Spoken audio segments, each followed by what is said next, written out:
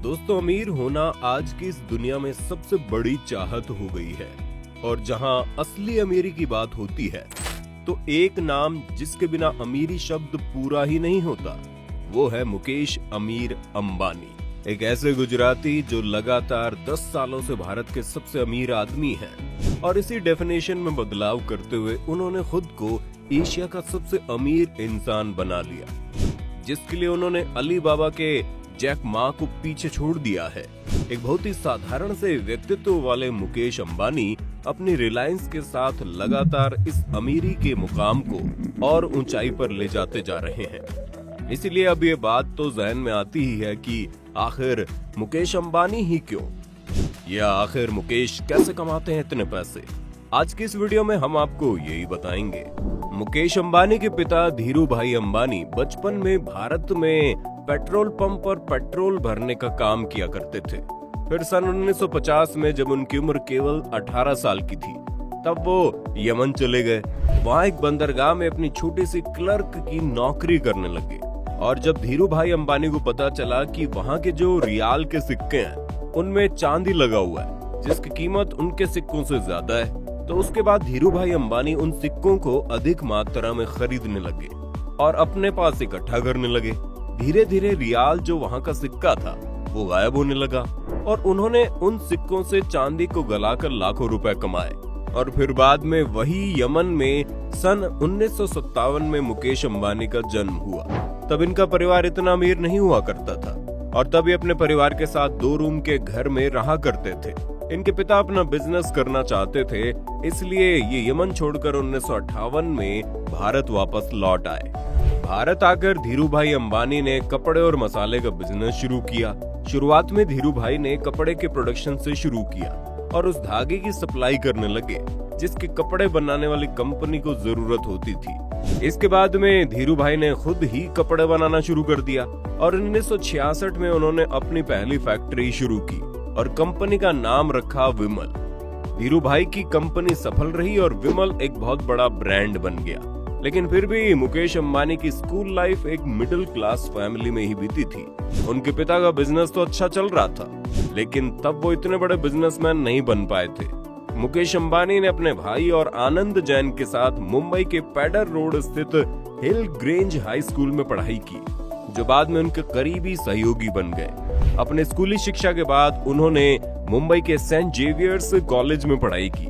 इसके बाद उन्होंने इंस्टीट्यूट ऑफ केमिकल टेक्नोलॉजी में केमिकल इंजीनियरिंग में बीई की डिग्री हासिल की। और फिर मुकेश अंबानी ग्रेजुएशन पूरा करने के बाद आगे की पढ़ाई करने के लिए अमेरिका चले गए। उन्होंने स्टैनफोर्ड यूनिवर्सिटी में एडमिशन तो ले लिया, लेकिन बीच में अपनी पढ़ाई छोड़ भारत आ गए, क्योंकि उस वक्त तक पिता का बिजनेस चल पड़ा था। इसी कारण उन्हें भारत लौटना पड़ा ताकि वो अपने पिता की मदद कर सके। असल में हुआ कुछ यूं था कि जब मुकेश अंबानी अमेरिका से एमबीए कर रहे थे, उसी दौरान धीरू भाई अंबानी को पॉलिस्टर फिलामेंट धागे को बनाने का सरकारी लाइसेंस मिल गया। इस लाइसेंस के मिलने के बाद धीरू भाई अंबानी ने पॉलिस्टर फिलामेंट धागे को बनाने के लिए पातालगंगा रायगढ़ महाराष्ट्र में मैन्युफैक्चरिंग प्लांट लगाया और फिर उन्होंने मुकेश अंबानी को अमेरिका से वापस बुला लिया। मुकेश अंबानी एमबीए की डिग्री अधूरी छोड़कर महाराष्ट्र वापस आ गए और इस तरह मुकेश अंबानी ने 24 साल की उम्र में रिलायंस इंडस्ट्रीज में अपना करियर शुरू किया। इंडस्ट्री में आने के बाद मुकेश अंबानी राशिक भाई के अंडर काम करने लगे। कुछ दिन काम करने के बाद धीरू भाई अंबानी ने अपनी मर्जी से मुकेश अंबानी को काम करने की पूरी आजादी दे दी। कोई भी फैसला लेना हो, मुकेश अंबानी अपने पिताजी से सलाह जरूर लेते थे। मुकेश अंबानी की पूरी आजादी से काम करने का फायदा रिलायंस इंडस्ट्रीज को मिला। 1985 में राशिक भाई की मौत के बाद पॉलिस्टर फिलामेंट धागे के प्लांट की पूरी जिम्मेदारी मुकेश अंबानी के कंधे पर आ गई। उन्होंने इस जिम्मेदारी को बखूबी संभाल लिया। 1986 में अंबानी परिवार को एक बड़ा झटका तब लगा जब धीरू भाई अंबानी को ब्रेन स्ट्रोक से गुजरना पड़ा और सारी जिम्मेदारी मुकेश और उनके भाई अनिल के कंधों पर आ गई। लेकिन दोनों भाइयों ने इस जिम्मेदारी को काफी अच्छे से निभाया। ब्रेन स्ट्रोक के बाद धीरू भाई अंबानी बच तो गए, लेकिन उनके दाएं हाथ ने काम करना बंद कर दिया और उसके बाद मुकेश अंबानी अपने पिता के दाएं हाथ बन गए। मुकेश अंबानी ने न केवल अपने पिताजी के बिजनेस को संभाला, बल्कि रिलायंस इंडस्ट्री में बहुत सारे नए बिजनेस प्लान लेकर आए, जिसकी वजह से रिलायंस इंडस्ट्रीज आगे की ओर बढ़ती गई। 1991 में मुकेश अंबानी ने पेट्रोकेमिकल प्लांट स्थापित किया। 1995 में कंपनी ने रिलायंस टेलीकॉम की शुरुआत की। 1998 में अंबानी ने लोगों की जरूरतों को समझते हुए एलपीजी के फील्ड में कदम रखा और रिलायंस गैस के नाम से रसोई गैस बनाने की कंपनी बना दी। ऐसे ही काम करते करते सफलता मिलते मिलते रिलायंस इंडस्ट्रीज की संपत्ति भी लगातार बढ़ती गई।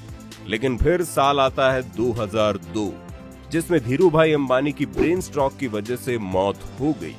पिता की मौत के बाद दोनों भाइयों में संपत्ति को लेकर भारी विवाद हो गया। इन दोनों के विवाद से कंपनी को बहुत ज्यादा नुकसान झेलना पड़ा। इसी कारण इन दोनों भाइयों के झगड़े को खत्म करने के लिए उनकी मां ने रिलायंस इंडस्ट्री का 2 हिस्सों में बंटवारा कर दिया। मुकेश अंबानी के हिस्से में रिलायंस इंडस्ट्री और रिलायंस पेट्रोकेमिकल आ गया। बंटवारे के बाद मुकेश अंबानी ने नई शुरुआत की और अपने बिजनेस को आगे बढ़ाना शुरू कर दिया। मुकेश अंबानी की कमाई का main source Jamnagar petroleum refinery बनी। 2006 में रिलायंस इंडस्ट्री में रिलायंस रिटेल मार्केट में भी कदम रख दिया। रिलायंस रिटेल ब्रांड नाम के अंदर पूरे देश में शॉपिंग सेंटर शुरू किया, जिसमें रिलायंस फ्रेश स्टोर काफी मशहूर हुआ।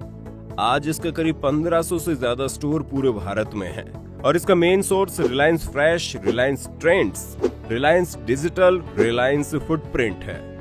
2010 में रिलायंस इंडस्ट्री ने इन्फोकॉम ब्रॉडबैंड कंपनी की शुरुआत की, जिसका असली रंग 2016 में देखने को मिला, क्योंकि ये ही रिलायंस इंडस्ट्री के टेलीकॉम सेक्टर में बहुत बड़ा चेंजिंग ईयर साबित हुआ। 2016 में रिलायंस इंडस्ट्री ने अपना टेलीकॉम सर्विस रिलायंस जियो शुरू किया, जो इन्फोकॉम ब्रॉडबैंड का एक बड़ा रूप था। इसके बाद तो जियो ने भारत की टेलीकॉम इंडस्ट्री को तहस नहस ही कर डाला और रिलायंस ने उसी साल LYF ब्रांड नाम से अपना स्मार्टफोन 4G लॉन्च किया। 2016 में LYF सबसे ज्यादा बिकने वाला मोबाइल भी साबित हुआ। रिलायंस जियो टेलीकॉम सेक्टर में आते ही उसने बाजार को पूरी तरह से बदल दिया और देखते ही देखते बाकी सभी टेलीकॉम कंपनियों के मुकाबले सबसे ज्यादा कस्टमर रिलायंस जियो के बन गए और 3 साल में जियो टेलीकॉम की नंबर 1 कंपनी बन गई और जियो ने 35 करोड़ से ज्यादा कस्टमर बना लिए। 2019 में जियो ने लगभग 11,679 करोड़ रुपए का इनकम जनरेट किया। इसके बाद रिलायंस इंडस्ट्री ने 2020 में जियो मार्ट को भारत के 200 शहरों में लॉन्च किया। रिलायंस इंडस्ट्रीज मीडिया, फिल्म और म्यूजिक इंडस्ट्री में भी एक्टिव है। मीडिया में रिलायंस इंडस्ट्री के पास नेटवर्क 18 है। इतना सब कुछ करने के पीछे अगर किसी इंसान का दिमाग था तो वो सिर्फ मुकेश अंबानी ही थे और आज वो अपने इन्हीं सारे एक्सपेरिमेंट्स और नए तरीके के बिजनेस के कारण ही इतने पैसे कमा पाते हैं।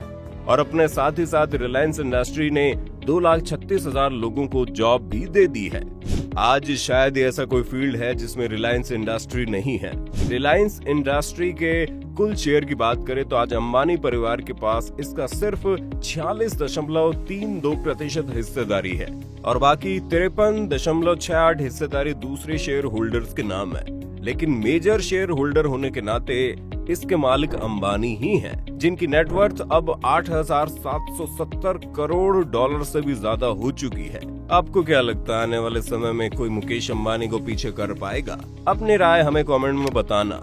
साथ ही इस वीडियो को लाइक शेयर जरूर करें, साथ ही इस चैनल को सब्सक्राइब भी कर लें।